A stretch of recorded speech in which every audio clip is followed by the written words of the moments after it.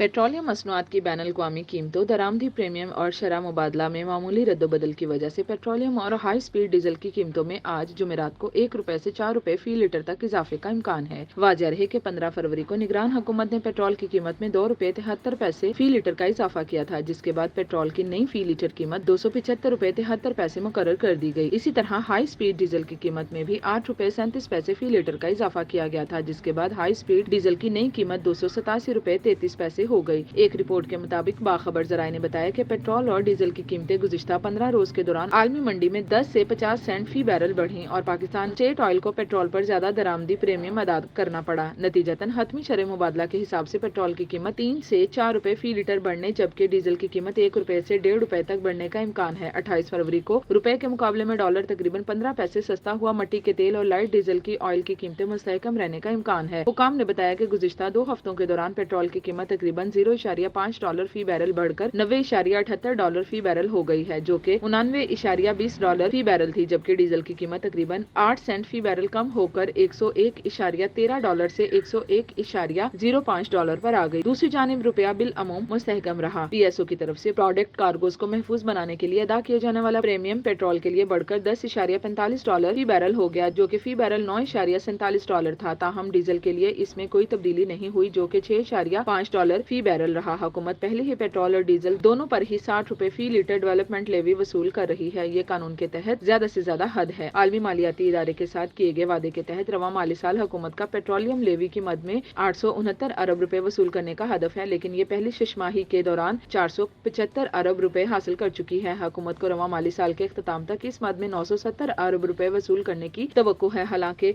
नजरसानी शुदा बढ़कर ₹920 अरब कर दिया गया है।